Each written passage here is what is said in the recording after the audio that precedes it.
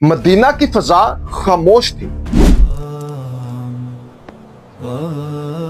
एक दौर ऐसा था जब रसूलुल्लाह के वसाल के बाद उम्मत की क़यादत अबू बकर जैसे सिद्दीक हाथ में थी, और अब वो लम्हा आ चुका था जब उम्मत एक बार फिर एक नए इमाम की मुंतजर थी। हजरत अबू बकर अपने बिस्तरे अलालत पर लेटे थे, आंखों में उम्मत की फिक्र, दिल में इस्लाम का दर्द। उन्होंने अपने करीब मौजूद लोगों से फरमाया, मेरी राय है कि उमर बिन खत्ताब को तुम्हारा नया खलीफा मुकर्रर कर दिया जाए। कुछ सहाबा ने कहा कि उमर सख्त मिजाज है और उम्मत उनसे घबरा जाएगी। अबू बकर मुस्कुराए और फरमाया, खुदा की कसम, जब खिलाफत की जिम्मेदारी उन पर आएगी तो सख्ती को छोड़कर रहमदिली में बदल जाएंगे। और ये वो फैसला था जिसने तारीख का रुख मोड़ दिया। और यूं हजरत उमर, वही उमर जो कभी इस्लाम के दुश्मनों के लिए खौफ की अलामत थे, अब उम्मत के रहनुमा बन चुके थे। मदीना की मस्जिद नबवी में मजमा लगा हुआ था और लोग जमा थे ताकि अपने नए खलीफा को मुकर्रर होता देख सके। हजरत उमर मिंबर पर चढ़े, चेहरे पर संजीदगी और आंखों में अज़म। उन्होंने वो तारीखी अल्फाज कहे जो आज भी अदल की बुनियाद बने। ऐ लोगों, जान लो कि अगर मैं सीधा चलूं तो मेरी मदद करना, और अगर मैं टेढ़ा हो जाऊं तो मुझे सीधा कर देना।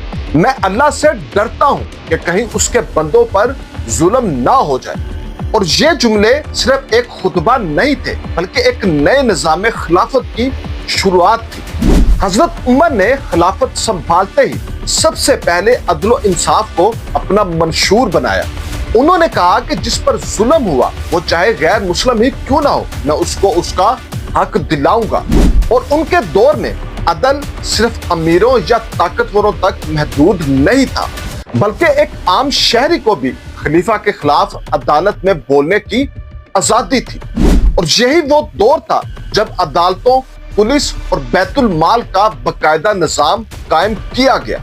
हजरत उमर ने बैतुल माल को महज खजाना नहीं बल्कि अवाम की अमानत करार दिया। उन्होंने फरमाया, ये माल अल्लाह का है और इस पर मेरा वही हक है जो एक यतीम के सरपरस्त का होता है कि वो सिर्फ जरूरत के मुताबिक इस्तेमाल करे।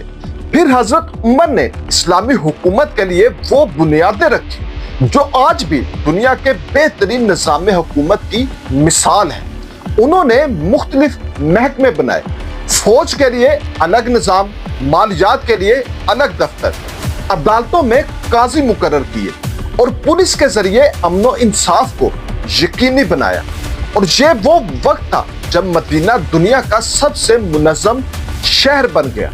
और सबसे हैरानकुन बात ये थी कि इस सब के बावजूद खलीफा खुद आम मुसलमानों जैसी जिंदगी गुजारते थे। एक दिन बैतुल माल में एक शख्स ने देखा कि खलीफा के कंधे पर एक थैला है जिसमें आटा और खजूरें हैं।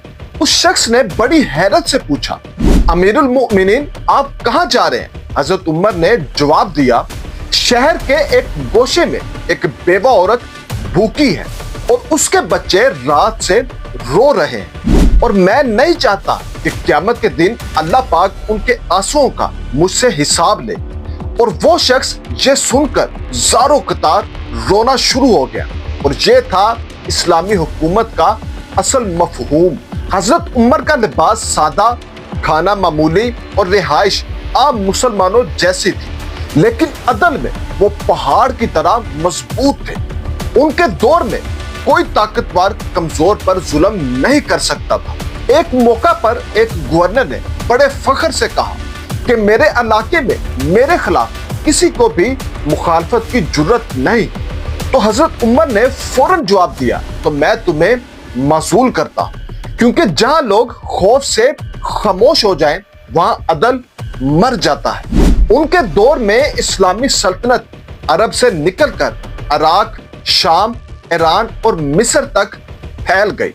لیکن حضرت عمر نے کبھی بھی اپنی فتوحات پر غرور نہیں کیا، بلکہ وہ اکثر فرمایا کرتے تھے ہم وہ قوم ہے کہ جسے اللہ پاک نے اسلام کے ذریعے عزت دی، اور اگر ہم کسی اور چیز میں عزت ڈھونڈیں گے تو ذلیل کر دیے جائیں گے۔ اور یوں خلافت عمر کا آغاز ہو چکا تھا، ایک ایسا دور جسے آج بھی تاریخ عدل و انصاف کا سنہرا دور کہتی ہے۔ وہ دور جب حکمران رعایا کے دروازے پر خود جاتے تھے اور عوام کو حق دلانے کے لیے کسی بھی سفارش کی ضرورت نہیں تھی۔ حضرت عمر نے یہ دنیا کو سکھا دیا کہ حکومت تلوار سے نہیں بلکہ انصاف سے قائم رہتی ہے۔